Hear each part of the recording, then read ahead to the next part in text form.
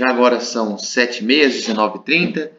Então, boa noite a todos que estão aqui, já conectados conosco. De antemão, já quero agradecer a presença de vocês mais uma noite aqui, nesse nosso segundo encontro de formação para o mês da Bíblia. Terça-feira passada nós tivemos nosso primeiro encontro, que foi com o diácono Reinaldo de Jussara, onde ele apresentou, de maneira geral, o livro de Deuteronômio. Hoje, nosso segundo encontro já tem um tema mais direcionado, que é o tema Um Povo Consagrado ao Senhor. E quem vai abordar esse tema é o professor Luiz Augusto Previati, mais conhecido como Batata. Ele que agora é munícipe de Terra Boa, né? Vizinho de Cianorte, não é mais cianortense, está lá em Terra Boa e ele vai estar apresentando para nós. O Previati, ele é formado em História pela Universidade Estadual de Maringá e ele é pós-graduado em Teologia, que foi feito aqui no Centro de Estudos, mas o diploma saiu pela UCP, certo, Previati? Exatamente. E, então, pessoal, só lembrando, toda terça-feira e quinta-feira nós teremos esses encontros durante o mês todo de setembro. Então, toda terça e quinta você pode deixar agendado já que você tem um encontro aqui conosco na telinha do celular ou do computador para estudar sobre o livro do Deuteronômio.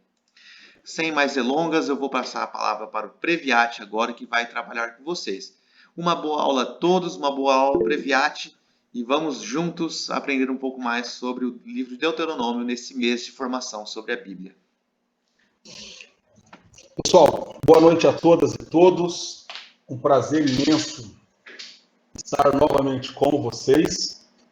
Boa noite, meu amigo Vicente aqui, meu vizinho aqui, que me acolheu nessa terra estrangeira, né? Gente, então assim, é um prazer muito grande estar novamente aqui. E agora a gente tinha feito algumas lives aí falando de maneira genérica sobre a Sagrada Escritura.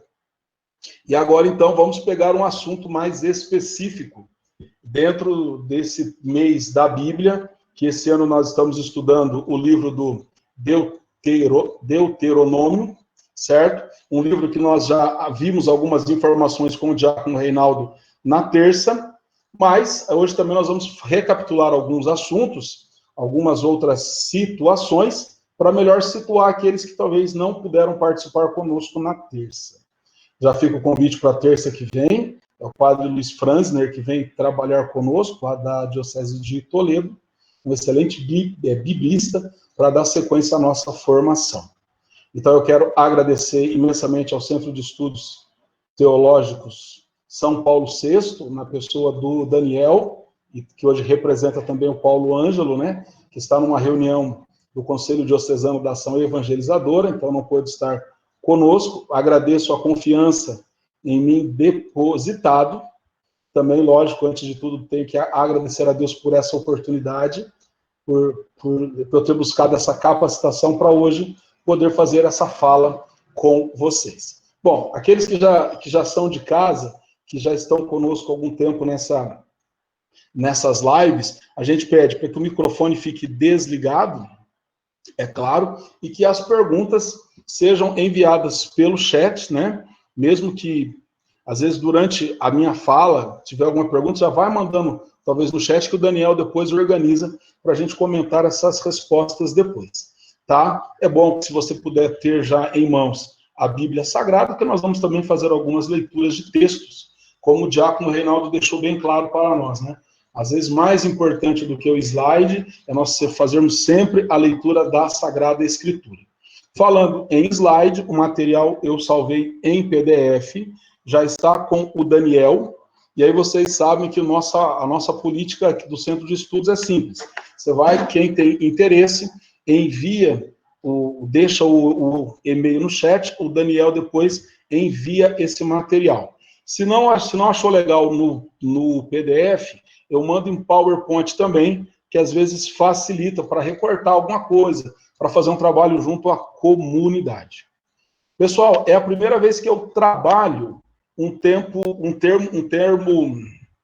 estamos, Vicente, hoje estamos gravando. É a primeira vez que eu vou trabalhar um tema assim específico, né, dentro desse contexto do mês da Bíblia. Eu gostaria muito de agradecer também a figura do diácono Márcio Henrique Lopes, que nos últimos 2 anos eu pude fazer um trabalho junto à capela Nossa Senhora das Graças em Cianorte, com a comunidade dele, trabalhando justamente sobre o mês da Bíblia, né? Mas trabalhando de forma genérica o livro bíblico como um todo, mas é a primeira vez que eu vou fazer algo mais específico assim, tá certo? Então, sem mais delongas, vamos iniciar, como é de praxe no nosso centro de estudos.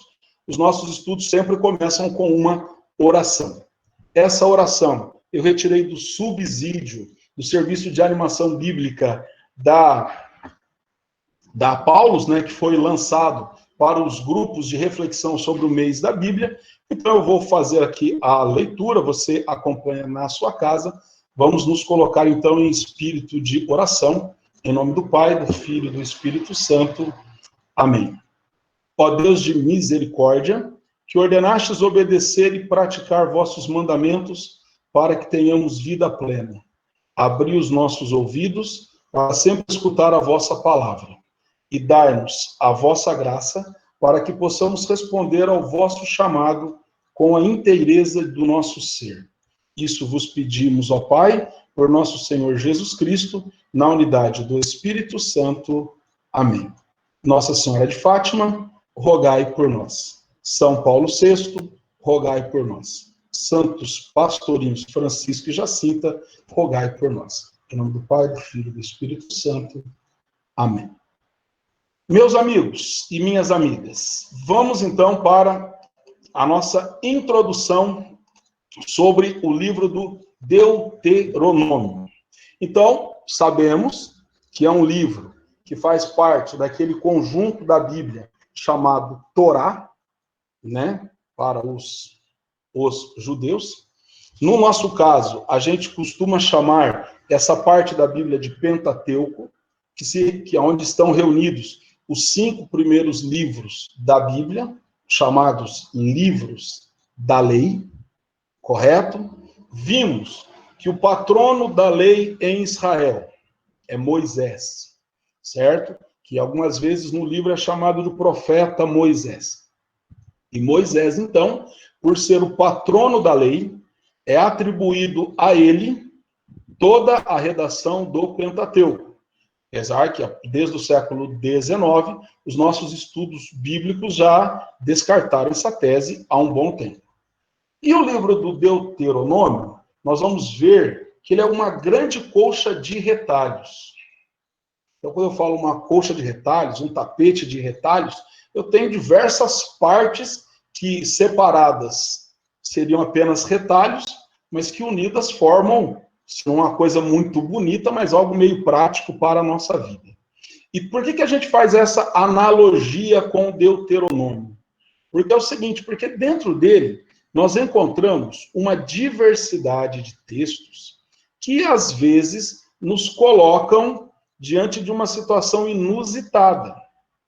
Por exemplo, quando eu pego o Deuteronômio na sua essência, eu encontro dentro dele um projeto teológico criado a partir das tradições populares. Algo que vem do povo, algo que vem da trajetória do povo de Israel, das lutas, das conquistas, da experiência com Deus. Esse projeto teológico sempre traz na sua essência o resgate daquelas tradições do tempo tribal de Israel, do período anterior à monarquia, do período onde o povo estava dividido em tribos, aonde você tinha os clãs, aonde o povo literalmente vivia numa solidariedade imensa, onde tudo era partilhado, onde um ajudava o outro, não tinha ninguém que era maior do que ninguém. E essa sempre vai ser a ideia que é defendida pelos profetas. Os profetas, ao longo da história de Israel, eles sempre vão se colocar nessa perspectiva da concretização do reino, né, Da unidade do povo, mas a partir dessa solidariedade gigantesca, dessa ideia de você ver o outro literalmente como irmão. Então, nesse contexto, né, que vai ser escrito uma boa parte do livro do Deuteronômio, nós vamos encontrar nesse texto, né, várias leis que são leis protetoras da vida. Leis que são criadas, que são colocadas no texto como palavra de Deus revelada a Moisés, que defendem a vida das pessoas e defendem a natureza. Então, veja bem, para quem gosta de criticar o Papa Francisco, que entra nesse campo da ecologia e coisa e tal, no próprio livro do Deuteronômio, existe uma passagem, se eu não me engano é essa 22, 6 e 7, que fala que se você encontra um ninho de pássaros e lá está os ovos, os filhotes e a mãe, você não pode tirar a mãe dali, porque ela vai fazer falta para os ovos que ela tem que chocar ou para os filhotes. Então, essa preocupação ecológica não é algo que a gente tem agora com o Papa Francisco. Eu inventei isso daqui. Não. Reparem que essa defesa da natureza, a natureza é obra da criação divina. Então, nós já encontramos isso na Bíblia, defendendo isso. Então, esse projeto teológico, ele vai ter essas características da defesa da vida, da defesa da natureza, da igualdade e outras coisas mais. Mas, como esse livro é uma colcha de retalhos e ele tem uma série de outras informações, nós também vamos encontrar nele um outro projeto teológico. Aí é um projeto teológico oficial. Aí é um projeto teológico que serve para garantir os interesses da monarquia. Aí é um projeto teológico que serve para legitimar aquela elite que está no poder, certo? De preferência aqui vai legitimar a descendência de Davi, ok? E vai então mostrar para o povo, né, que esses privilégios foram instituídos por Deus para Moisés. Sempre é importante a gente destacar que essa corrente desse projeto oficial, desse projeto teológico oficial, eles vão escrever parte do livro do Deuteronômio, o livro de Josué, o livro dos Juízes, o livro de Samuel, que a gente divide no primeiro e segundo Samuel, e o livro dos Reis, primeiro e segundo livro dos Reis. Então, você vai criar toda uma história de Israel, certo? Buscando o quê? Legitimar a violência, legitimar a intolerância contra outros povos, a intolerância religiosa, a intolerância de gênero, certo? E, infelizmente, pessoal, esse projeto não é o projeto de Deus. Esse é o projeto humano. Esse é o projeto humano. E aí, então, muitas vezes a gente, quando vai, que geralmente a proposta é que a gente possa ler um capítulo do livro por dia, para a gente conhecer o livro de cabo a rabo, a gente às vezes começa a falar, mas peraí, o que está falando essa parte? Está em contradição com a outra. Então a gente tem que distinguir qual projeto está sendo relatado naquele determinado capítulo. É o projeto popular, é o projeto que surge pela aspiração do povo de reconstruir uma sociedade justa, fraterna, igualitária, ou um projeto para legitimar uma elite que está no poder. Nunca podemos nos esquecer, né, que a religião, ela tem um papel muito forte ao longo da história para legitimar situações políticas mundo afora. Certo? Aí bateu a dúvida. E daí? Estou na dúvida. As duas teologias estão no Deuteronômio, ou seja, fazem parte da Bíblia. Se elas estão na Bíblia, elas são palavra de Deus. Aí então eu fico na dúvida. Aí então, o que acontece, né? Sempre quando é assim, nós temos que ter em mente o Salmo número 1, que fala para nós sobre os dois caminhos. Então, dentro do livro do Deuteronômio, eu tenho que ter muito presente isso comigo, que eu tenho dois caminhos, o caminho popular e o caminho das autoridades de Jerusalém. Qual caminho eu devo escolher? Bom, é lógico, cada um já sabe a resposta, o seu íntimo já te dá essa resposta. Mas se você quer uma resposta baseada no livro do Deuteronômio, então você vai pegar o seu livro, você vai pegar a sua Bíblia e vai lá no Deuteronômio 30, versículos 19 e 20. E lá então, na sua Bíblia, se você quiser até destacar alguma coisa, o texto diz assim: escolhe, pois, a vida, para que vivas tu e tua descendência, amando a Javé teu Deus, escutando a sua voz e apegando-te a ele. Então veja bem, se o livro traz dois projetos distintos e às vezes eu fico na dúvida, então o próprio livro me dá a resposta. Eu tenho que optar, eu tenho que crer, eu tenho que colocar muito mais fé ou fé exclusiva naquele projeto que gera a vida. Olha como a Igreja do Brasil, em 2008, nos pediu essa mesma reflexão na campanha da Fraternidade de 2008. Fiz questão de colocar o cartaz aqui, né, para a gente lembrar. A fraternidade e defesa da vida. Qual era o lema? Escolhe, pois, a vida. Sempre, sempre. Isso mostra, para muitos de nós, o compromisso que a Igreja do Brasil tem com a vida, com a defesa da vida. E qual vida? A vida integral.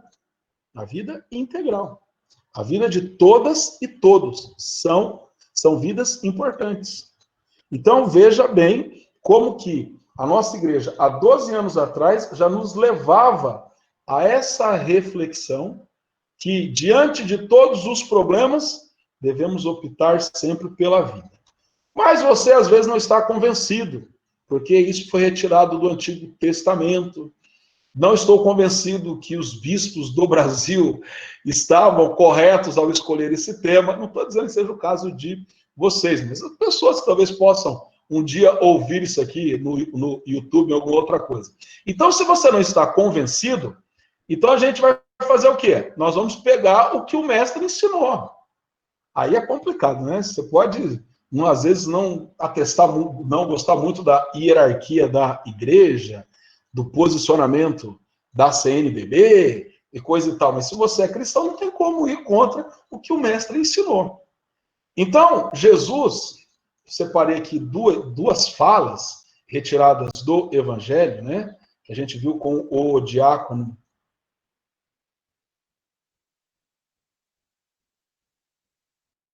E o livro do Deuteronômio, ele é o terceiro livro mais citado nos evangelhos, né? Então, ele perde para o livro dos Salmos e para o livro do profeta Isaías.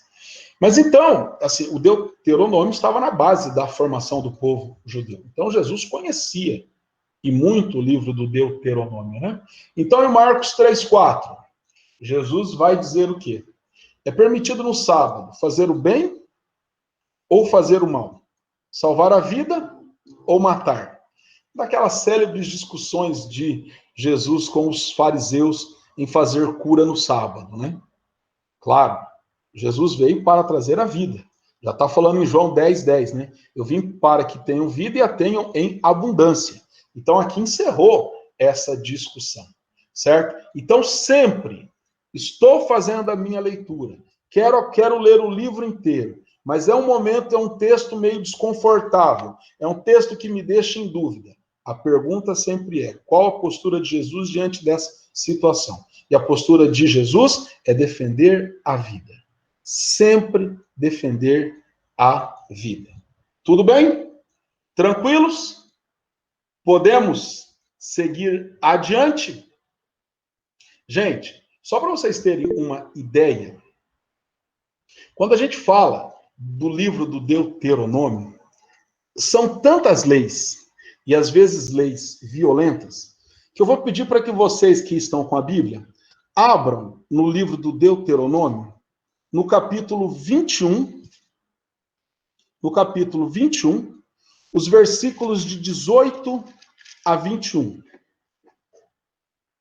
Olha só que coisa que é bem interessante a gente perceber, né? O texto diz assim: se alguém tiver um filho rebelde e indócil, que não obedece ao pai e à mãe, não os ouve, mesmo quando corrigem, o pai e a mãe o pegarão e o levarão aos anciãos da cidade e à porta do lugar. E dirão aos anciãos: esse nosso filho é rebelde e indócil, não nos obedece, é devasso e beberrão. E todos os homens da cidade o apedrejarão até que morra. Deste modo extirparás o mal do teu meio, e todo Israel ouvirá e ficará com medo. Tá vendo? Imagina, para filho rebelde. Se essa moda pega. se a gente fizesse uma leitura radical da Bíblia, imagina uma situação como essa. Né? Vai então, tá vendo, Vicente? Isso aí já vai ser a teologia do cagaço, né? Para a pessoa passar aquele medo absurdo. Mas tem mais. Muita gente no Brasil, eu acho que se regozija quando lê Deuteronômio 19, 11 e 12. Vamos lá. 19, 11 e 12 diz assim para nós: contudo, se alguém é inimigo do seu próximo e lhe arma uma cilada, levantando-se e ferindo mortalmente, e a seguir refugia-se numa daquelas cidades, os anciãos da cidade enviarão pessoas para tirá-lo de lá, entregá-lo ao vingador do sangue, para que seja morto. Esse é o famoso bandido bom, é bandido morto, né? Misericórdia aqui não tem não, filho. Aqui nesses trechos aqui, não tem, certo? Aqui não tem isso não. Então, como que era tratado o assassino? Matou, fugiu, foi para aquelas cidades que Moisés instituiu, que eram cidades para as pessoas se retirarem. Não, não tem isso não. Não vai ter proteção não. Assassino aqui, assassino bom é assassino morto. Tá vendo? Veja só.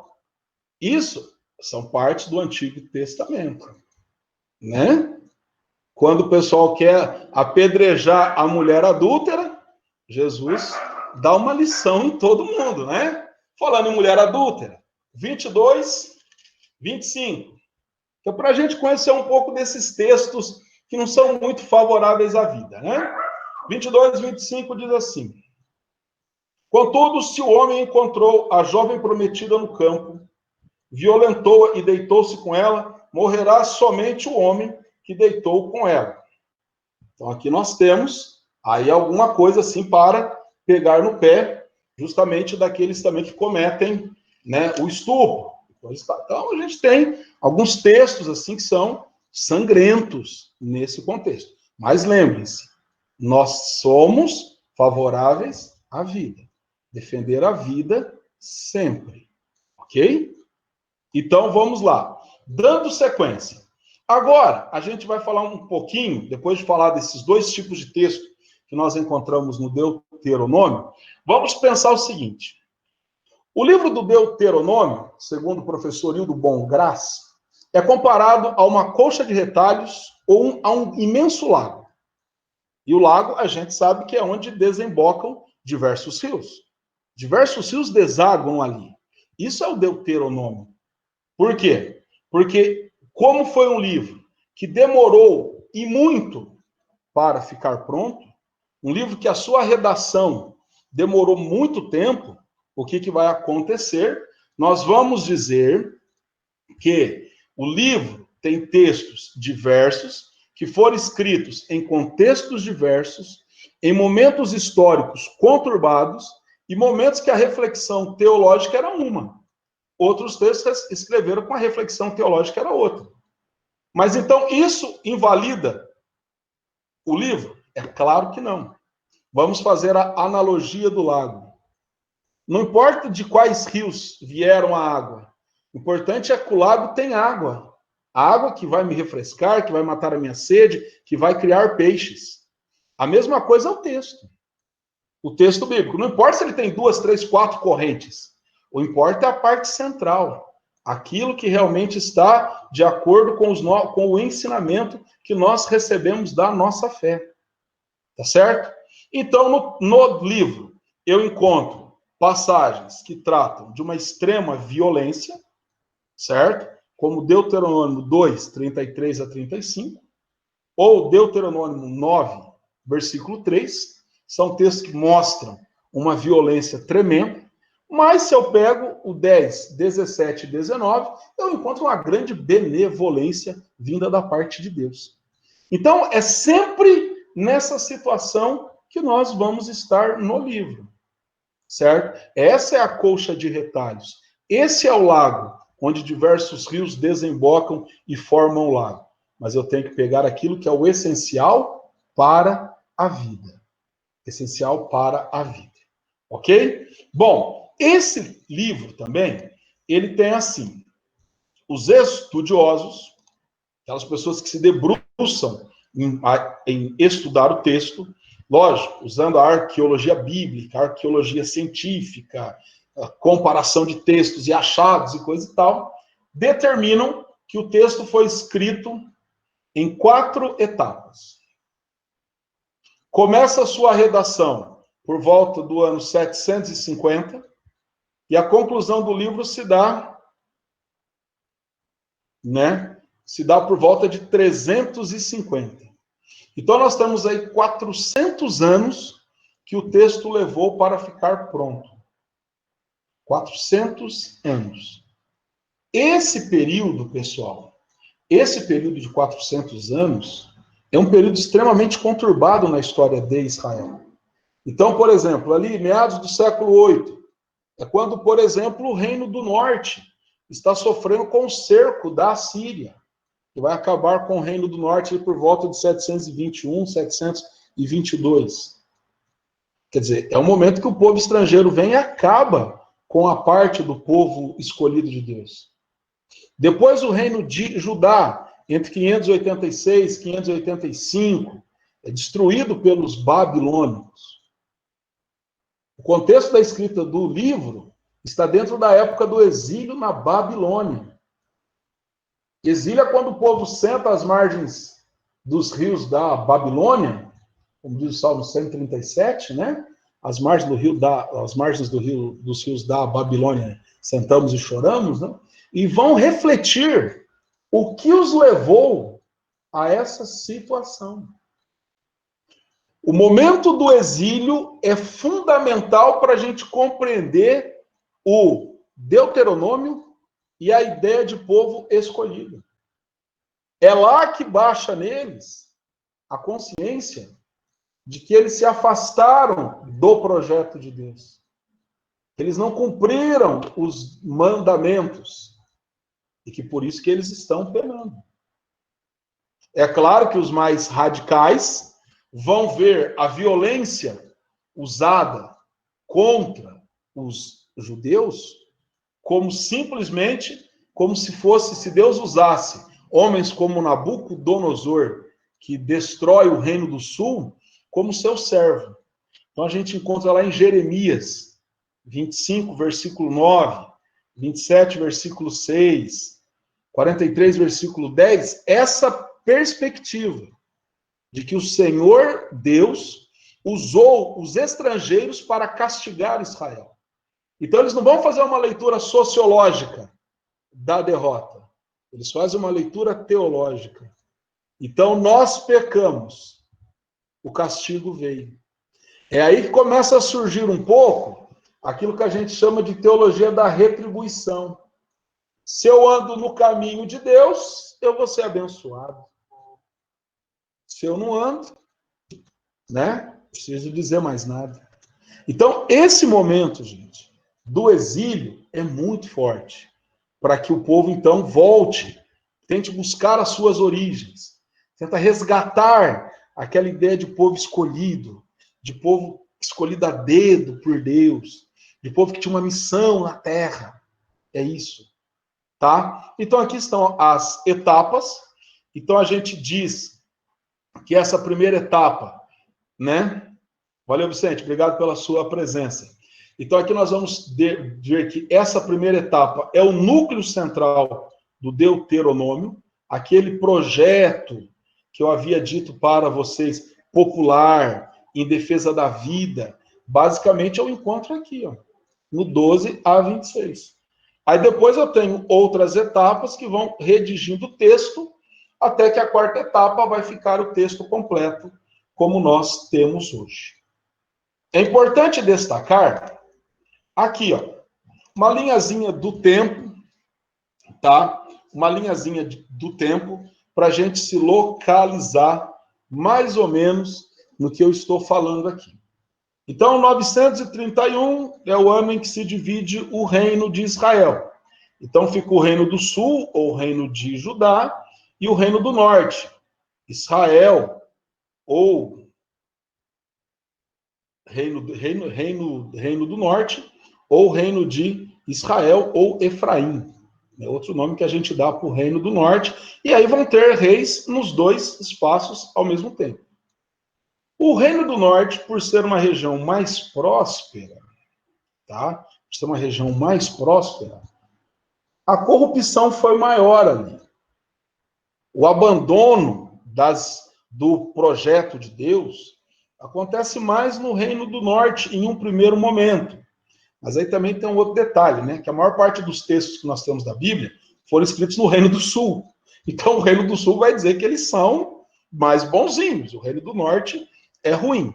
Por isso que para a gente tentar compreender esse contexto, é sempre importante a gente ler quem? Os profetas. Os profetas não deixam dúvida de como estava a situação. Às vezes eu pego uma leitura do livro dos reis, que é uma obra deuteronomista, e ela é meio assim, de passar pano nos reis. Agora eu pego os profetas denunciam. Os profetas estão chamando o povo para o novo êxodo. O profeta tem que manter a mística do povo voltar o coração para Deus. Então, para eu entender onde surge, qual é o contexto que surge, o primeiro núcleo do livro do Deuteronômio, que vem de uma tradição popular, de uma tradição oral, que vai sendo escrito principalmente pelos levitas, que andavam por todo o reino de Israel. Afinal de contas, os levitas não tinham tribo, estavam no meio do povo para servir a Deus. Se eu quero ter um panorama bem interessante, então eu tenho que pegar a minha Bíblia agora e abrir no livro do profeta Oséias. Livro do profeta Oséias, capítulo 4. Vamos abrir aqui. Oséias. Devia ter deixado, mas eu deixei marcado. Ah, tá. Então vamos lá. O livro do profeta Oséias, no seu capítulo 4, versículo de 1 a 3. Pessoal, depois eu posso passar também essas citações para o Daniel, tá? Que nem todas eu pus no slide. Mas lá no livro do profeta Oséias, diz assim: ouvi a palavra de Yahvé, israelitas, pois Yahvé abrirá um processo contra os habitantes da terra, porque não há fidelidade nem amor, nem conhecimento de Deus na terra, mas perjúrio e mentira, assassínio e roubo, adultério e violência, e o sangue derramado soma-se ao sangue derramado. Por isso a terra se lamentará, desfalecerão todos os seus habitantes, e desaparecerão animais dos campos, aves dos céus e até peixes do mar. Veja bem, né? Veja bem o contexto que o profeta Oséias nos relata do Reino do Norte quando estão escrevendo as primeiras partes do livro do Deuteronômio. Pessoal, são livros, são leis que é para defender a vida. Porque o que não estava tendo lá era a vida. E se você reparou um pouquinho mais de atenção à leitura, novamente uma preocupação ecológica. Meu irmão, minha irmã, a preocupação ecológica até na denúncia, literalmente, vamos colocar aqui crimes ambientais nesse contexto, né? Que até mesmo os animais e os peixes desaparecerão de tão mal que o povo estava fazendo em Israel. Então aí surge essa tradição, essa ideia de reunir algumas leis, daquelas coisas, daquele conhecimento oral que era transmitido de pai para filho, para se transformar em um pequeno livro, para se transformar em algo que pudesse ser levado adiante posteriormente. É assim que começa a surgir o Deuteronômio, escrito por quem? Pelos levitas, certo? Então é o núcleo mais antigo, e nele o que nós encontramos? Leis sociais, políticas e religiosas das vilas camponesas em Israel, daquele povo simples, daquele povo humilde que tinha tido uma experiência muito forte com Deus. A memória atualizada da solidariedade e igualdade da época tribal. Então eles sempre vão lembrar o quê? Do período anterior aos reis, que é o período tribal, que é que viver em comunidade, um ajudando o outro, a partilha. A aplicação do decálogo é o ponto de partida de toda a lei deuteronômica. Daí que depois nós vamos ver que mais para frente redige-se novamente o decálogo, não esse núcleo original, mas outras releituras, certo? A influência dos levitas é muito forte nessa época, como a dos profetas. Como é que os estudiosos chegam a essa conclusão? Porque nesse núcleo fala-se muito do pobre, do migrante, do órfão e da viúva. Ou seja, aqueles que literalmente eram os mais necessitados na época do Reino do Norte. Então você dá ênfase a esses indivíduos. Então isso, os estudiosos dizem, é porque quem escreve são os levitas, ancorados nas práticas proféticas e na denúncia dos profetas contra as injustiças sociais. Moisés é o grande profeta, então vocês vão encontrar essas citações aí, e é extremamente valorizado, porque afinal de contas, Moisés é da tribo de Levi. Assim como seu irmão Arão, claro, se é seu irmão, tem que ser da mesma tribo. Então você tem um destaque muito grande para o Moisés, que são os seus descendentes, teoricamente, que estão escrevendo. E essas leis, elas eram transmitidas como catequese pelos levitas peregrinos, que andavam de um lado para o outro, sempre a serviço de Deus, porque eles não tinham terra, tinham que ser sustentados pelas demais pessoas. A segunda parte do livro, ela vai ser escrita, né, quando o Reino do Norte acaba em 722, 721, os levitas e outras pessoas fogem para o Reino do Sul, trazem esse material vai ficar guardado no templo e coisa e tal, e depois esse material começa a ser novamente redigido na época do rei Ezequias.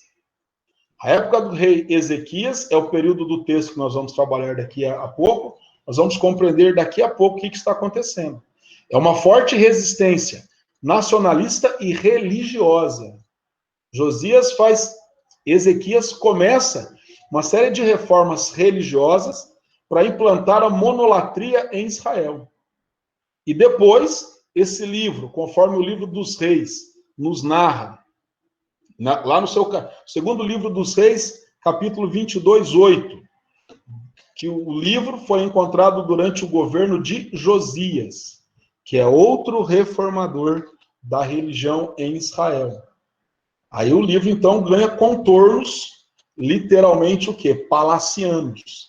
Ganha contornos da elite, porque daí vem justificar a política de primeiro Ezequias e depois de Josias, que as duas políticas são lado a lado, apesar de estarem separadas num tempo histórico, mas elas têm as mesmas características.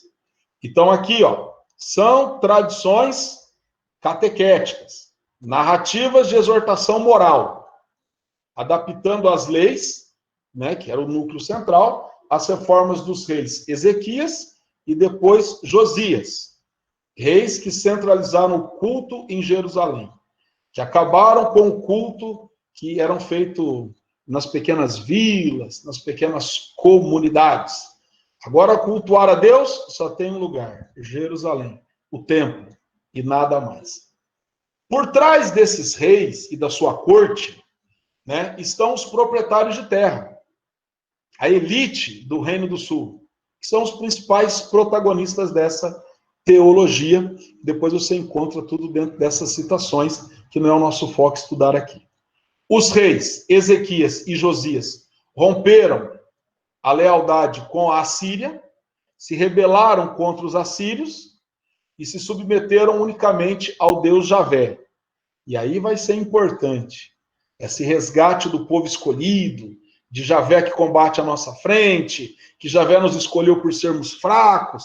Eles vão trazer isso aqui. Vão trazer muito forte essa resistência aqui. E, lembrando sempre, que Josias tenta reunificar todo o reino de Israel e o reino de Judá. Então ele vai usar a religião como um pretexto para tentar conquistar o reino do norte, depois que a Síria é derrotada. A terceira parte, ela é feita dentro do exílio, no período que o pessoal foi deportado, em 586, são mandados para a Babilônia, e lá então eles vão sofrer na mão dos babilônicos, então vão levar seus livros, seus estudos e coisa e tal, e ali então eles vão fazer o quê? Vão fazer uma releitura de todo o livro e fazendo algumas adaptações. Mas a fé deles, muito grande, que eles vão voltar, que um Messias, um enviado por Deus, iria libertá-los. Então eles tinham que estar preparados para isso. Então quando a gente vê lá no Deuteronômio 1:1, o discurso de Moisés do outro lado do Rio Jordão, então eles vão usar o quê? Essa busca pelo êxodo, gente, essa busca pelo êxodo, de um novo êxodo na história do povo, ela é sempre presente, certo? Porém, o que acontece? Então agora, quando o povo voltar para a terra, depois do exílio, é como se fosse um novo êxodo. Então vamos colocar o Moisés abrindo o livro com um discurso, certo? Muito interessante isso daqui. E essa parte, então, do período aqui do exílio, é uma releitura, uma revisão, são narrativas históricas que no exílio releem a teologia do êxodo a partir da teologia monoteísta. Então aqui, isso aqui vai vir outros professores que vão aprofundar esse assunto com vocês. Hoje é só mais um en passant, certo? Mas nessa terceira fase da escrita do livro, você sempre vai ter o quê? O resgate do êxodo. Eles não deixam morrer. Isso aqui é típico dos profetas, sempre chamando o povo para um novo êxodo. E após essa tragédia, né, após o exílio, temos a segunda edição da obra deuteronomista, de Josué até o segundo livro dos reis. Não tão otimistas como a primeira. Aí vão avaliar as causas do exílio, do fim da dinastia de Davi, do fim do estado de Judá, do fim de Jerusalém, do templo. Por quê? Porque o povo foi infiel com Javé e serviu outros deuses. Por isso Javé os castigou. Simples assim. Então, aí a gente vai ver isso muito no livro dos reis, né? Então, fulano não fez o que era bom aos olhos de Deus. Então, o seu governo foi péssimo. Né? Então, já deixa bem claro esse tipo de coisa. Então, até mesmo no tempo do exílio, temos outras releituras dos livros proféticos, né? Que vão imprimindo outras ideias nas obras bíblicas, mas que não fazem parte do nosso trabalho hoje. E a última parte é quando o povo volta para a terra de Israel. Acabou o exílio, foram libertados por Ciro, rei da Pérsia, voltam para construir o segundo templo. Aí então, no primeiro momento, Esdras e Neemias estão ali coordenando o povo e coisa e tal, e nesse contexto é que se forma para valer o judaísmo, é que o monoteísmo é colocado com toda a sua evidência em Israel, a questão da pureza, a questão de expulsar as mulheres estrangeiras que habitavam o território para não estragar a raça do povo eleito. Então aqui você tem, nesse contexto, o quê? Textos fortes que tratam do quê? Principalmente da eleição do povo e da pureza que esse povo tem que manter. Tem que ficar muito atento a essa situação. Tá? Então aqui são as partes que eles vão acrescentando nessa etapa do livro. Tá certo que geralmente a parte final, ali então, o Moisés como um sacerdote, coisa e tal, abençoando o povo. Bom, aí a gente entra no nosso assunto. Um povo consagrado ao Senhor. Certo? Então, o material que nós usamos como referência, esse aqui, que faz parte até da chamada da live, a gente tem o seguinte, né? Então, pede para que seja feita uma reflexão da parte ali do Deuteronômio 6, 4, 8, e depois do 7 a 16, para a gente comentar com vocês como é que é essa ideia do povo consagrado. Esse texto, ele faz parte da segunda redação do livro do Deuteronômio. Ou seja, é durante as reformas políticas de Ezequias e de Josias. Então, nesse contexto aqui, fica muito claro, fica muito evidente que é feito esse texto com o intuito de dar um up no nacionalismo do povo de Israel. Você tem que levantar a moral dos caras. Eles estão passando por perrengues. Eles estão passando por dificuldades. Eles estão passando em um momento onde o reino de Israel se insubordina contra os assírios. E aí, então, como Israel não tem exército suficiente para combater os assírios, eles vão depositar toda a sua confiança em Deus. Então, daí eles vão lembrando todas as maravilhas que o Senhor fez na libertação do povo, na conquista da terra, para dar esse ânimo. Sempre dizendo que Yahvé combate a nosso favor. Certo? Esses reis também são reis imperialistas, que desejam conquistar o reino do norte. Tanto Ezequias quanto Josias são reis do sul, tentam conquistar as terras do norte e acabar com todos os cultos religiosos existentes lá. Segundo os biblistas, nessa época, o culto de Deus, o culto de Javé, o culto de Yahvé, Adonai, né, o que acontece? Era um, mas existiam outros cultos que o povo também praticava. E aí, então, diante dessa situação de penúria contra o reino da Assíria, você vai buscar, literalmente, uma monolatria. Tá? Então, você vai dizer o que? Olha, esses outros deuses podem existir, pode ter aí, mas vocês não devem respeitar, adorar, amá-lo, nada disso. Você só deve fazer o quê? Na monolatria, é só a Javé ou Adonai. Elohim, né? Há diversos nomes que nós temos aí.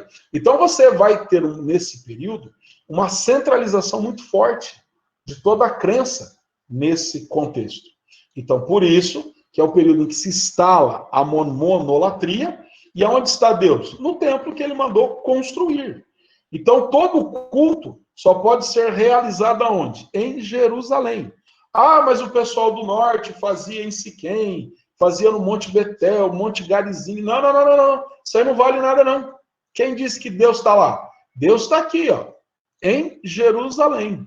Então, esse texto, ele tem esse cunho, certo? Nacionalista e monolatrístico para tentar o quê? Unificar o povo novamente.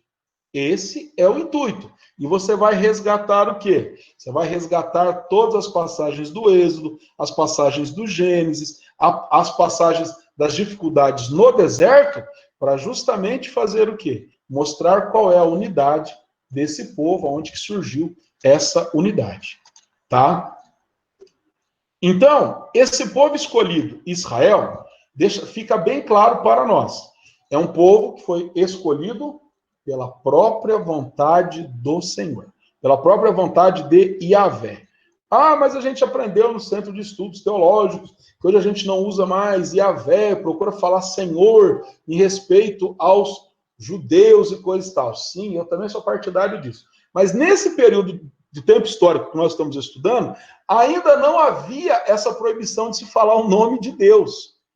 A proibição de se falar o nome de Deus, ela está ligada mais ao período ali do surgimento do judaísmo, ali nas reformas de Esdras e coisa e tal. Então, nesse período ainda o povo falava Yahvé. Então, eu vou embarcar nessa daqui também. Javé, Yahvé, depende da hora que eu escrevi alguma coisa aqui, tá? Então, Javé escolhe esse povo pela sua vontade.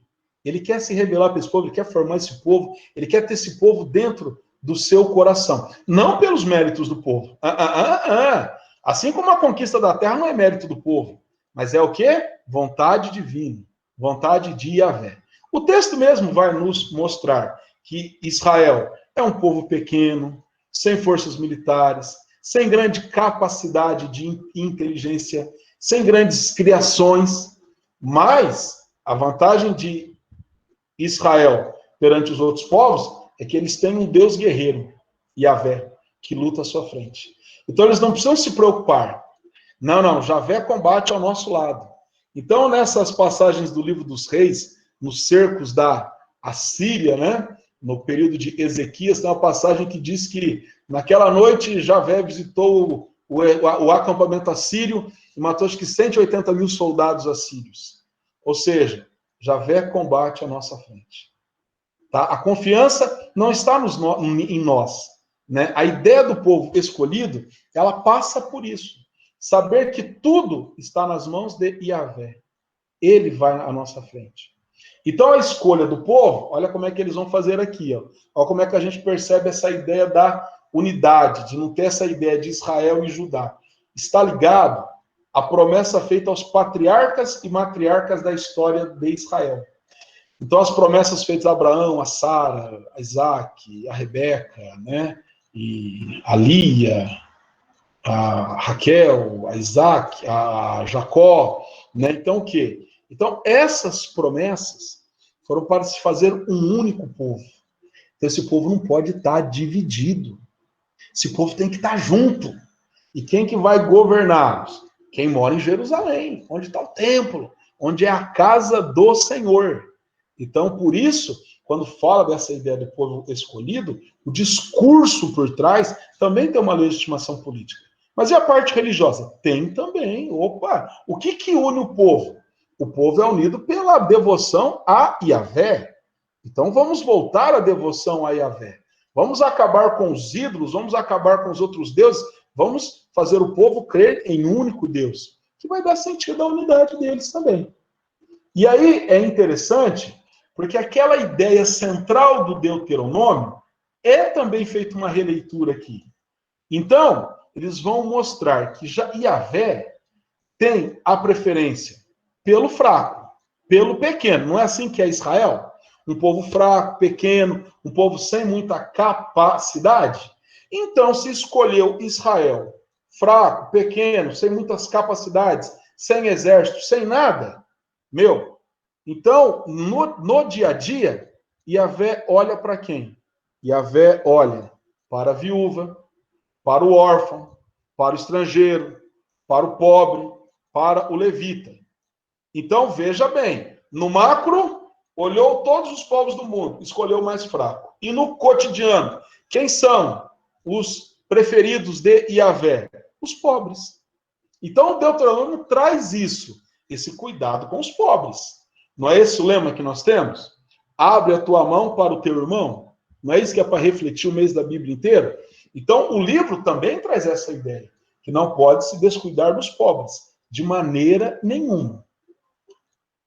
Certo? É bacana que esse discurso da escolha é criado como uma tentativa de buscar a unidade nacional e religiosa frente à crise com os assírios. Lógico, o texto é escrito, aí você coloca tudo na boca de Moisés, o patrono da lei dos judeus, e aí dá uma legitimidade imensa. O livro foi achado no templo, mais legitimidade ainda. A profetia da Ulda vai dizer, não, é realmente palavra de Deus. Fechou, irmão. As pessoas não podem duvidar disso daqui. É muito forte. E em todo momento, você tem que fazer o povo fazer lembrança, meditar refletir sobre o Êxodo. Essa lembrança é necessária. É necessária para tirar o povo da crise que eles vivem. Quando o texto da escolha é criado, é explicado, é daí levado para o povo que está numa situação terrível, quem é o inimigo? A Assíria. A Assíria é um inimigo muito maior que Israel. É um inimigo muito mais poderoso que Israel. Mas o povo é lembrado, o povo é feito ao povo a lembrança da ação de Yahvé contra o poderoso faraó. Moisés não teve que usar força para derrotar o faraó. Yahvé combatia ao seu lado. As pragas que são lançadas, os castigos que afligem os egípcios, isso é tudo obra de quem? Yahvé. O povo tinha fé e Yahvé estava agindo ao seu lado. Então, se na época eles sofriam pelo lado da Assíria, era fazer o quê? Converter o coração. Nas batalhas que o rei Josias trava contra os assírios, o rei Josias está vestido de saco, segundo o livro dos reis, que é sinal da penitência. Gente, isso é muito forte para eles. Um rei vestido de saco, pedindo o quê? Se humilhando, dizendo, eu errei, perdoa-me. Tá certo? Então, é interessante a gente perceber que fala todas as maravilhas que Deus fez, porque que Deus escolheu, que Deus está ao lado, que Deus combate a favor, mas exige uma retribuição do povo.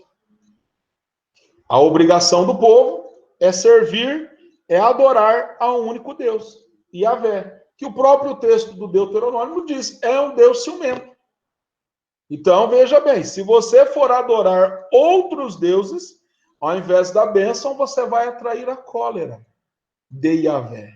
Porque a gente sabe o que o ciúme traz. O ciúme traz, né, a cólera, a raiva. Certo? Então, aqui fica bem claro essas passagens para nós. E para o povo escolhido, Yahvé preparou uma terra. A terra prometida. A terra onde emana leite e mel. Uma terra fértil e boa, onde o povo poderá viver em liberdade, seguindo as normas do próprio Yahvé.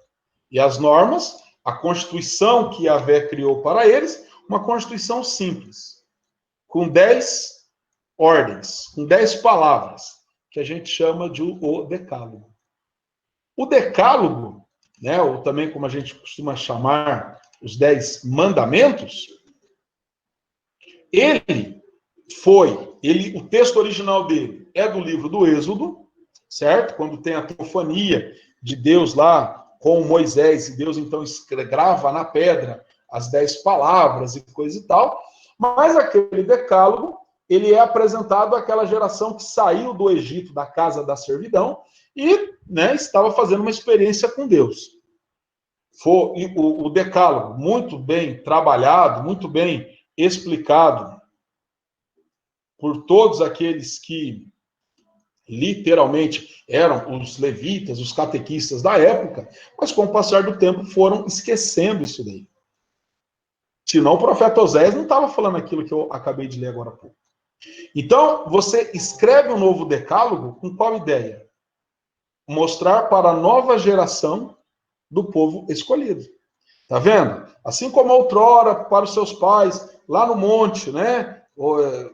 Deus, lá no Sinai, Deus deu o decálogo a eles, então nós estamos lembrando vocês, ó, no livro que encontramos, no livro da lei, Moisés também deixou escrito aqui. Tá certo? O decálogo, gente, sempre é posto em oposição ao sistema de morte, gerado pela escravidão. Seja no Egito, seja na Babilônia. O decálogo é o quê? A liberdade, a felicidade, a vida plena. Sempre em oposição à morte. Então, quando você tem a fidelidade à aliança de Deus e ao decálogo, ele traz como consequências, só consequências positivas. Justiça, solidariedade, partilha, cuidado dos pobres, cuidado da vida. É isso que a observância do decálogo traz. Então, nesse contexto de crise, nesse contexto que o povo está se afastando do culto a Yahvé, nada melhor do que trazer o decálogo novamente para o centro das discussões, tá? Nada melhor do que trazer o decálogo para o centro das discussões. Só que aí, você pode ser uma pessoa curiosa e falar, eu quero ler os dois textos, o do Êxodo e o do Deuteronômio. Aí você vai ver, segundo a equipe da CNBB que preparou o texto base para esse mês da Bíblia, existem 20 diferenças entre os dois textos. Mas é o pessoal que vai ler o texto assim, linha por linha, né? Para nós, é importante destacar duas diferenças gigantescas que existem aqui. No tratamento do sábado e no tratamento da mulher. Então, o sábado. Lá no livro do Êxodo, o sábado, ele é lembrado ao povo para ser santificado, seguindo o relato da criação. Então, é o dia dedicado à santificação, certo? No Deuteronômio, o povo tinha acabado de passar por uma outra experiência de escravidão, o povo tinha passado pela experiência das monarquias, da opressão dos reis. Eles vão dar uma ênfase mais social. O sábado agora deve ser guardado para lembrar o período que eles tinham sido escravos. Lembra quando o povo foi escravo no Egito, não tinha folga. Então, não é só santificar, mas é também para o descanso. O descanso de quem? Dos judeus, dos estrangeiros e dos escravos. Portanto, a lei do sábado no Deuteronômio, o sábado é o dia de servir a Deus, é o dia de servir a Yahvé. Inclusive, quem que deve servir a ele? Os escravos, os estrangeiros e os imigrantes. Então, por isso que o sábado tem que ser plenamente respeitado. Certo? Por todos. Não só mais pelos fiéis a Yahvé, mas por todos. Certo? Por todos. Deixa bem claro isso. E faz essa memória do tempo da escravidão. E a mulher, aqui a gente vê um salto de dignidade muito grande dentro desse contexto. A mulher, que no livro do Êxodo é posta na mesma condição dos demais bens do marido, né? Da casa, do servo, da serva, do boi, da jumenta. Quer dizer que não pode desejar, né, a casa, a mulher, o servo, a serva, o boi e o jumento. Então tá tudo ali naquele pacote.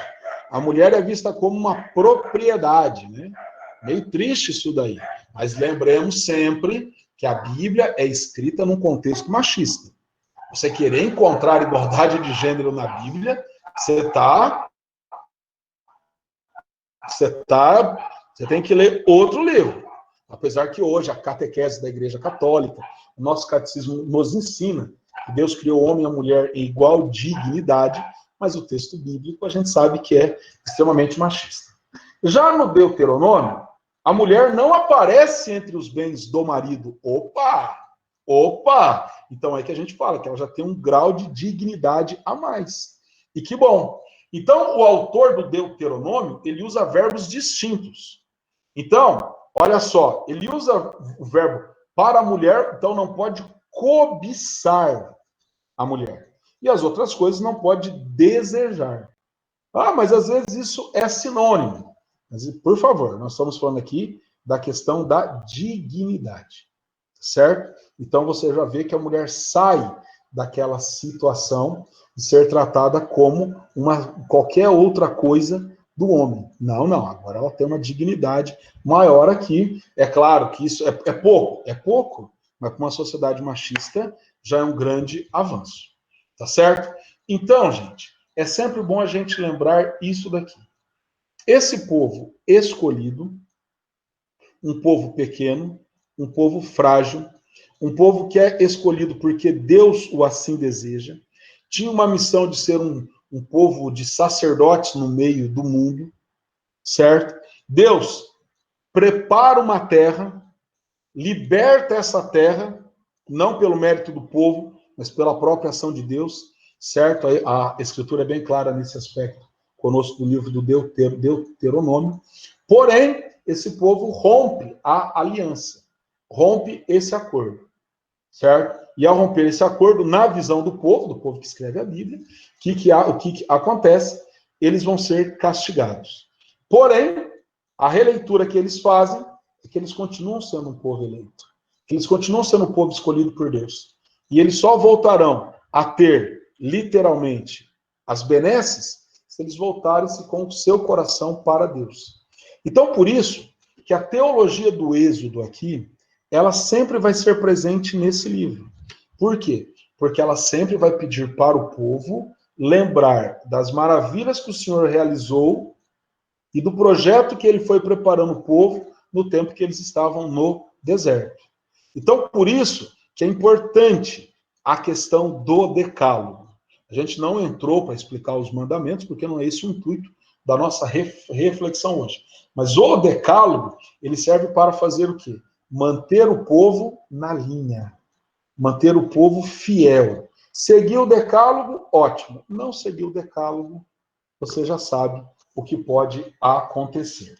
E para finalizar, né, a gente chega à conclusão que o amor de Yahvé pelo povo escolhido, segundo o livro do Deuteronômio, passa pela dimensão social, pois o texto demonstra grande preocupação com os pobres.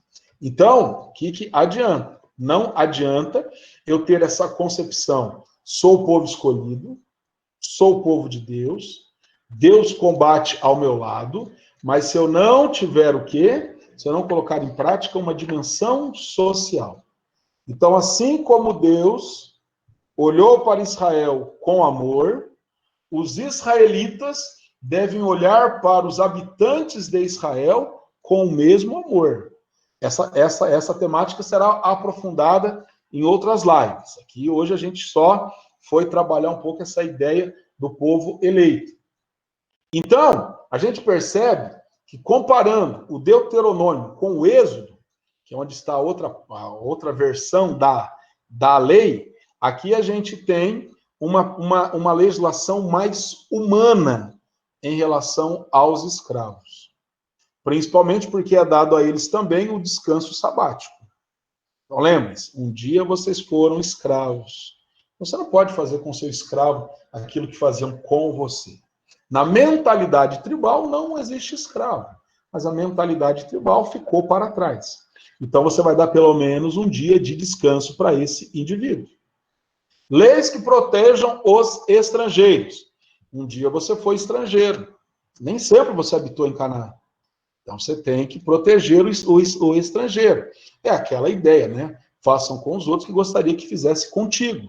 É isso que perpassa toda a obra deuteronômica aqui no ponto de vista social. Atenção às jovens prisioneiras de guerra. São prisioneiras, não tem negócio de ficar molestando e coisa e tal. E, inclusive, cuidado na relação com o vizinho, seja ele conhecido ou não. Então, esse povo escolhido é convidado a fazer essa experiência. Nem sempre dá certo, idas e vindas, mas a ideia era justamente manter isso daqui. Se nós pegarmos uma atualização no Novo Testamento, eu deixei para a gente fazer a nossa oração final, é justamente uma passagem de São Paulo aos Coríntios, né? Essa predileção de Deus por aquilo que o mundo não dá tanto valor.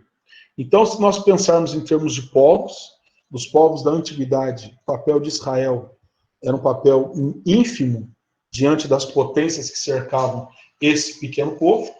Se pegarmos do ponto de vista social, o olhar para com os mais pobres é sempre uma constante na vida de todos nós. Inclusive, esse é o apelo que é feito para nós hoje, certo? E Deus, então, age de formas que a gente, muitas vezes, a nossa mentalidade não consegue entender.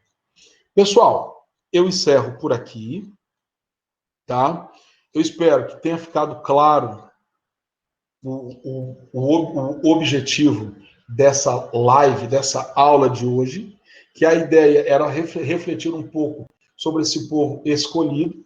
Eu tive que fazer toda uma contextualização para vocês compreenderem como que esse discurso é retomado a partir das reedições do Deuteronômio, com a ideia de fortalecer a unidade e principalmente essa ideia da monolatria, de acabar com os cultos que haviam com outros deuses. Esses cultos, o Padre Luiz, com certeza, semana que vem, falará com vocês, né? Quando ele vai explicar a parte do Shema Israel, né? Que é uma passagem muito forte do livro do Deuteronômio, para a gente entender um pouco essa ideia, né? Essa situação de monolatria que é imposta em Israel nesse contexto. Eu agradeço a presença de todas e de todos. Espero que vocês possam, né, usufruir desse material, que esse material lhes seja útil, certo? Depois eu me comprometo a digitar essas outras leituras que eu fiz, tá? Para que vocês, então, façam um pedido para o Daniel que eles mandem para vocês. Agora, como é de praxe, a gente tem o período das perguntas. Se tiver alguma pergunta, alguma dúvida, fiquem à vontade. Tomara que eu consiga respondê-las, né? Torço para que sim, mas agora estão abertos as perguntas. Oi? Boa noite. Obrigado.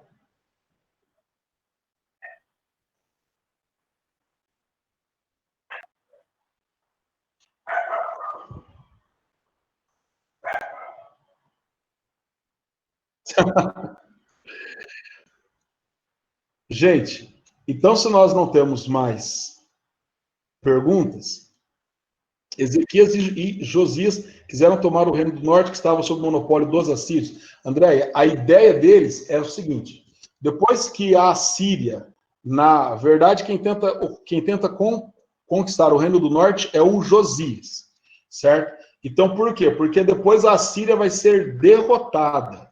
A Síria é derrotada por outros povos mesopotâmicos, e aí então ela fica enfraquecida. E é nesse contexto que o rei Josias ele pretende reunificar os dois reinos. Então, a primeira medida que ele faz, a ideia é invadir aquela região e acabar com todas as formas de outras divindades que existiam lá. Essas reformas de Josias, elas são retratadas no segundo livro dos Reis, capítulo 23, versículo 4 em diante.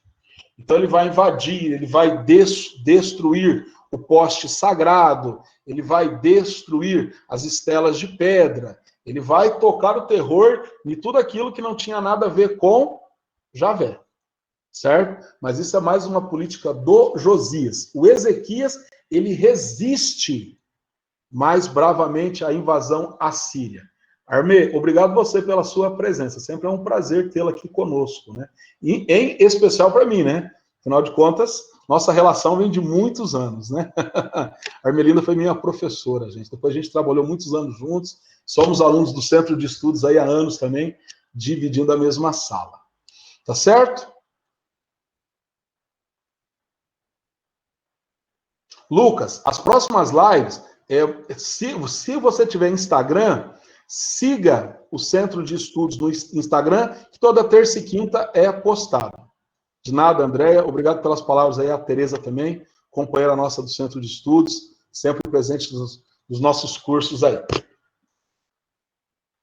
Pessoas, se não temos mais nada, então agora eu deixei para a oração final da noite de hoje, uma leitura da carta de São Paulo aos Coríntios, mas antes de terminar, né, algum diácono poderia nos dar a bênção, ou se tiver algum padre também acompanhando a gente, poderia nos dar a bênção no final?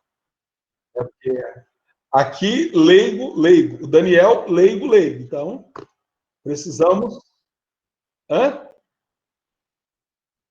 Então tá, o Padre João vai nos dar a bênção, então? Que honra, né? O Padre João, com quem eu trabalhei no tempo que eu estava na Pastoral da Juventude aí na paróquia, né? Coisa aí de pouco tempo. Ele recém-ordenado padre, eu também participando da Pastoral da Juventude. Sempre é um prazer muito grande encontrar o Padre João, uma pessoa muito do bem, muito alto astral, né? Ixi, pessoa assim pessoa top, da gente falar, sabe, sempre tem um homem que tem um conteúdo gigantesco. Também foi meu professor no Centro de Estudos, um prazer tê-lo aqui acompanhando essa humilde live, né? Então vamos lá, gente. Então, para a nossa oração final, eu escolhi esse texto, tá, da carta de São Paulo aos Coríntios, certo? Que nos mostra justamente o quê? Que é para entender como Deus age, não é uma das coisas mais simples para o nosso intelecto, tá certo? Então, na carta de São Paulo aos Coríntios diz assim: irmãos, o que é loucura no mundo, Deus escolheu para confundir os sábios. O que é fraqueza no mundo, Deus escolheu para confundir o que é forte. E o que no mundo é vil e desprezado, o que não é, Deus escolheu para reduzir a nada o que é, a fim de que nenhuma criatura possa gloriar-se diante de Deus. Palavra do Senhor, graças a Deus. Então agora pedimos ao Padre João que possa nos dar a bênção e depois, como já é de praxe, que a gente possa no final abrir as nossas câmeras para dar aquele tchauzinho básico de todas as noites. Padre João, por favor. Obrigado, Luiz, por esse momento, por esta aula também. Peço a Deus que abençoe a todos nós, que durante esse mês estamos refletindo sobre a palavra de Deus. Senhor, Ele está no meio de nós. Deus Todo-Poderoso vos abençoe, vos guarde, em nome do Pai, do Filho e do Espírito Santo. Amém. Fica com Deus. Tchau, gente. Obrigado. Até mais. Tchau, pessoal. Tchauzão, até mais. Tchau, Bruno. Até terça-feira. Tchau. Valeu, obrigado. Tchau, pessoal. Um abraço.